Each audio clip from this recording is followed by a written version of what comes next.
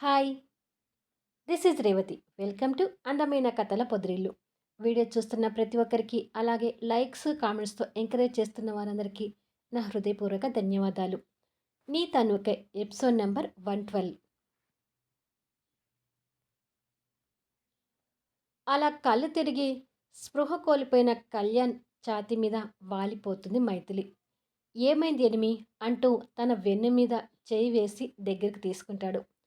తన ఒళ్ళు కాలిపోవడం గమనించి తన మొహాన్ని చేతిలోకి తీసుకొని, ఓ గాడ్, ఫీవర్ కూడా ఉంది ఎనిమి నీకు అని అనుకొని తనని ఎత్తుకొని అక్కడ ఉన్న సోఫాలో పడుకోబెట్టి తన పక్కనే కూర్చొని డాక్టర్కి ఫోన్ చేసి అర్జెంటుగా రమ్మని చెప్తాడు. తన చేయిని చేతిలోకి తీసుకొని, లేనిపోని టెన్షన్స్ పెట్టుకొని ఆరోగ్యం పాడు చేసుకుంది అని తిట్టుకొని ఒంటి మీద చినిగిపోయిన అటెండర్ యూనిఫామ్ షర్టు విప్పి పక్కకు పడేసి అక్కడ పగిలిపోయిన గాజు ముక్కలు చూసి అటెండర్ని పిలిపించి శుభ్రం చేయిస్తాడు. ఇంతలో డాక్టర్ వచ్చి తనని చెక్ చేసి, నిన్నటి నుంచి ఫుడ్ తీసుకోకపోవడంతో నీరసించి ఫీవర్ తెచ్చుకున్నారు సార్ అని ఒక ఇంజెక్షన్ చేసి, కాసేపట్లో స్పృహలోకి వస్తారు, లేవగానే ఏదైనా జ్యూస్ లాంటిది తాగించి ఈ టాబ్లెట్స్ వేయండి అని టాబ్లెట్స్ ఇచ్చి వెళ్తాడు. కళ్యాణ్ తన పక్కనే కూర్చొని తన వైపు కాస్త బాధగా చూస్తూ, ఏంటో ఎనిమి, నువ్వు నాకంటే ఎక్కువ మొండిదానిలా తయారయ్యావు. నీ మనసులో ఇంత రాక్షసత్వం ఎలా ఏర్పడింది అసలు అని సున్నితంగా తిట్టుకుంటూ ఉంటాడు. అటెండర్తో ఒక గ్లాస్ జ్యూస్ తెప్పించి రెడీగా పెట్టుకుంటాడు. కొద్దిసేపటికి మైథిలికి స్పృహ వస్తుంటుంది. నీరసంగా కళ్ళు తెరిచి సోఫాల నుంచి కష్టంగా లేచి కూర్చోబోతుంటే కళ్యాణ్ తనని సహాయంగా పట్టుకొని కూర్చోబెడతాడు. ఏమైంది నాకు? కళ్ళు తిరిగి స్పృహ కోల్పోయానా అని అడుగుతుంది. అవును, తిండి నిద్ర లేకుండా పిచ్చి పిచ్చి ఆలోచనలు చేసి ఒంటి మీదకు రోగం తెచ్చుకున్నావు అంటూ జ్యూస్ గ్లాస్ అందుకొని, ముందు ఈ జ్యూస్ తాగు అంటాడు. మైథిలి కోపంగా చూస్తూ, నాకేమీ వద్దు అంటుంది. ఇప్పుడు ఈ జ్యూస్ తాగకపోతే నిజంగా నిన్ను లాగిపెట్టి ఒక్కటి కొడతాను. అప్పుడు పడాల్సిన దెబ్బ ఇప్పుడు పడుతుంది అంటాడు కోపంగా కళ్ళు ఎగరేస్తూ. నీలో ఈ పొగరే నాకు నచ్చడం లేదు. నువ్వు తాగమంటే నేను తాగాలా? అస్సలు తాగను అంటూ గ్లాస్ పక్కకు పెడుతుంది. అయ్యో ఎనిమి, నాలో ఈ పొగరే నాకు అందం. అది నీకు తెలియడం లేదు. సరేలే, నేను అడిగానని కాకపోయినా మనం ప్రాజెక్ట్ కంప్లీట్ చేయడానికైనా నువ్వు త్వరగా కోలుకోవాలి. కోలుకోవాలంటే నువ్వు ఈ జ్యూస్ తాగాలి. ప్రాజెక్ట్ కోసమైనా తాగు ఎనిమి అంటాడు తన నోటికి అందిస్తూ. మైథిలి సీరియస్గా ఒక లుక్ ఇచ్చి సగం గ్లాస్ తాగి ఇక చాలు అంటుంది. టాబ్లెట్స్ కూడా వేసుకోవాలి. అవి వేసుకోవాలంటే ఈ జ్యూస్ మొత్తం తాగాలి అంటూ బలవంతంగా మిగిలిన జ్యూస్ తాగించి టాబ్లెట్స్ వేయించి, రాత్రంతా నిద్ర లేకుండా కూర్చున్నావు కదా, ఈరోజు ఇంటికి వెళ్ళి రెస్ట్ తీసుకొని రేపు ఆఫీస్కి వచ్చేయి. ఈలోపు ఈ ప్రాజెక్ట్ని నేను డీల్ చేస్తుంటాను అంటాడు. మైథిలి కాస్త భయపడుతూ, అనుకున్న టైంకి ప్రాజెక్ట్ పూర్తవుతుంది కదా కళ్యాణ్, ఏం ప్రాబ్లం రాదు కదా అని అడుగుతుంది దీనంగా.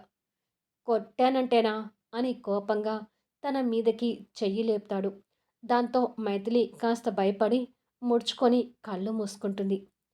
నా మీద రివెంజ్ తీర్చుకోవడానికి ప్రాజెక్ట్తోనే ఆటలాడుకుంటావా అని అడుగుతాడు సీరియస్గా చూస్తూ. ఏం చేయను మరి? ఇక్కడ అయితేనే నువ్వు నాకు కరెక్ట్గా లొంగుతావనుకున్నాను. అందుకే ఇలా చేశాను. ప్లాన్ చేశాననే మాటే కానీ నా తల్లిదండ్రులు స్థాపించిన ఈ ఐశ్వర్య గ్రూప్ ఆఫ్ ఇండస్ట్రీస్ని ఎక్కడ నేలమట్టం చేస్తానేమోనని భయం కూడా వేసింది. అంతలోనే నువ్వు గుర్తొచ్చి మళ్ళీ ధైర్యంగా ఉండేదాన్ని. నిన్న నీ మీటింగ్ విన్నాక ఇక ఈ ప్రాజెక్ట్కి ఏ డోకా లేదు అనుకున్నాను. కానీ మనసులో ఏ మూలనో చిన్న భయం ఉంది అంటూ దిగాలుగా తలదించుకుంటుంది.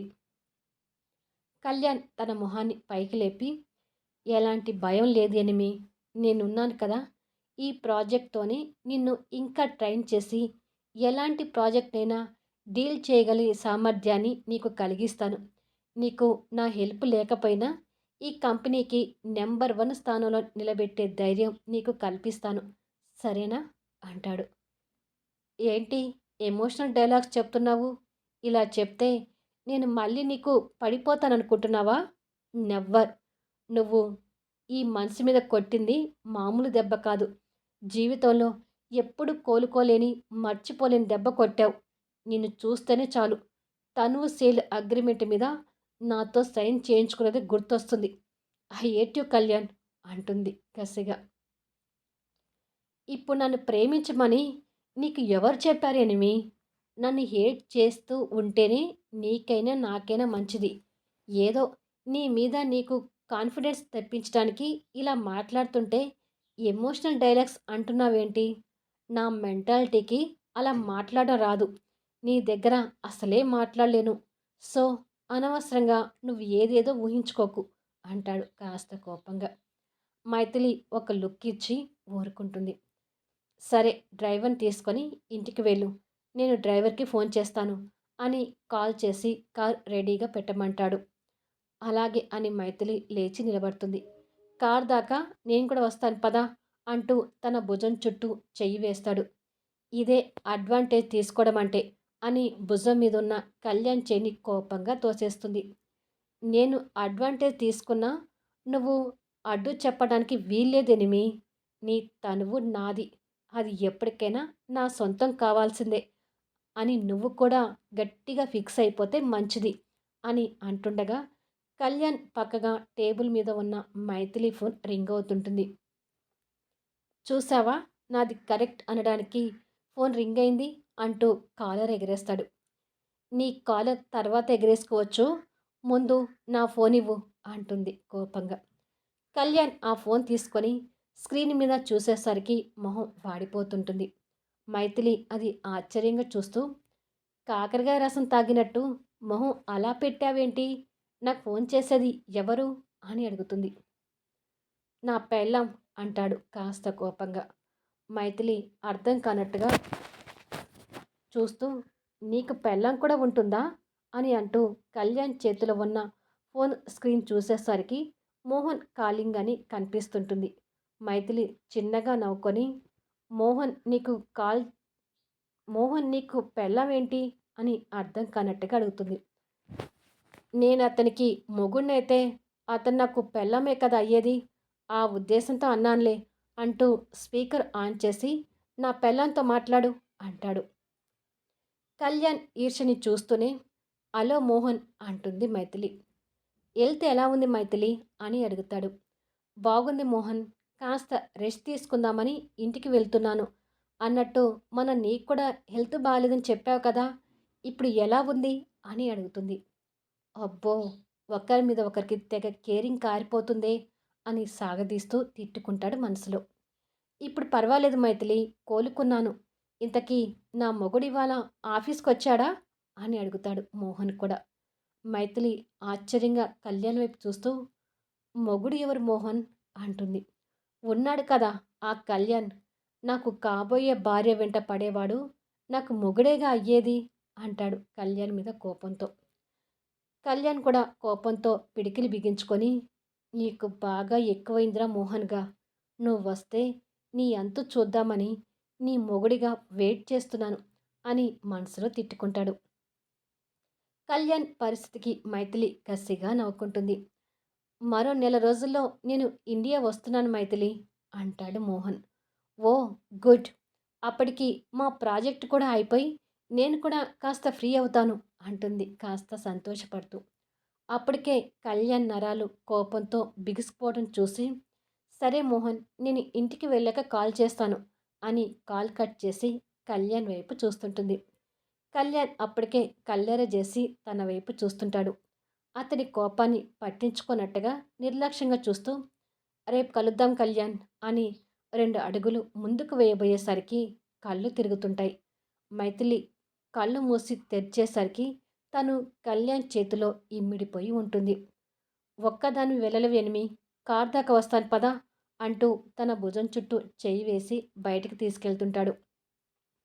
స్టాఫ్ వాళ్ళిద్దరూ అలా రావడం చూసి ఆశ్చర్యపోతూ, పైగా కళ్యాణ్ సివిల్ డ్రెస్లో కనిపించడం చూసి సంతోషిస్తుంటారు. రమేష్ మేనేజర్ కూడా వాళ్ళని చూసి సంతోషపడుతుంటారు. మైథిలి వాళ్ళ సంతోషాన్ని చూసి, నా మీద ఫైర్ అవ్వడం ఇకనైనా మానేయండి. మీ బాస్ ఎప్పటికీ మీ బాసే. అటెండర్ ఏమీ కాదు అంటుంది కాస్త వాళ్ళ ముందు నవ్వుతూ. స్టాఫ్ సంతోషపడుతూ థ్యాంక్ యూ మేడం అంటారు. కళ్యాణ్ కూడా వాళ్ళ సంతోషాన్ని చూసి చిరునవ్వు చిందిస్తూ మైథిలిని పట్టుకొని వెళ్తుంటాడు. అబ్బా! సార్‌ని మేడం చూస్తుంటే భలే ఉన్నారు కదా! ఇద్దరు కూడా ముచ్చట జంట అని మాట్లాడుకుంటూ వర్క్ చేస్తుంటారు. కొద్దిసేపటికి కళ్యాణ్ మైథిలిని కారు ఎక్కించి తిరిగి ఛాంబర్‌లోకి వచ్చి మైత్రి చైర్‌కి ఎదురుగా ఉన్న చైర్‌లో కూర్చొని టేబుల్ మీదున్న పెన్నుని వేళ్ళ మధ్యలోకి తీసుకొని తిప్పుతూ మైథిలి తనకు కాబోయే భార్య అని మోహన్ మాటలో విన్నది గుర్తు తెచ్చుకొని రగిలిపోతూ చాలా ఎక్కువ చేస్తున్నా మోహన్. నాకు ఎదురుగా ఉండి ఆ మాట అని ఉంటే ఈ పాటికి నిన్ను విరగదీసేవాణ్ణి అంటూ ఆ కసిని పెన్ను మీద చూపించి పెన్నుని విరగదీస్తాడు. విరిగిపోయిన పెన్ను వైపు చూసుకుంటూ ఛ! నీ గురించి ఆలోచించి టైం వేస్ట్ చేసుకోవడం ఎందుకు అని అనుకొని వదిలేసి గ్రానీకి ఫోన్ చేస్తుంటాడు. అనసూయం గారు ఫోన్ చేసి ఏంటి నాన్నా అని అడుగుతుంది. మైథిలిని కాస్త జాగ్రత్తగా చూసుకో గ్రాని. 2 రోజుల నుంచి కరెక్ట్‌గా ఫుడ్ తీసుకోక కళ్ళు తిరిగి పడిపోయింది అంటాడు. అనసూయం గారు కాస్త కంగారు పడుతూ, అవునా? నేను చెప్తూనే ఉన్నాను కళ్యాణ్. కానీ ప్రాజెక్ట్ పేరు చెప్పి నన్ను మాట్లాడనివ్వకుండా మొండికేసి కూర్చుంది అని మైథిలి గురించి చెప్పి, ఇంతకీ ఏదో ప్రాజెక్ట్ డిలే అవుతుందంట. అది క్లియర్ అవుతుందా కళ్యాణ్ అని అడుగుతుంది. క్లియర్ అవుతుంది గ్రాని. అందుకేగా నేను ఆఫీస్‌కొచ్చింది అని మాట్లాడుతుంటారు.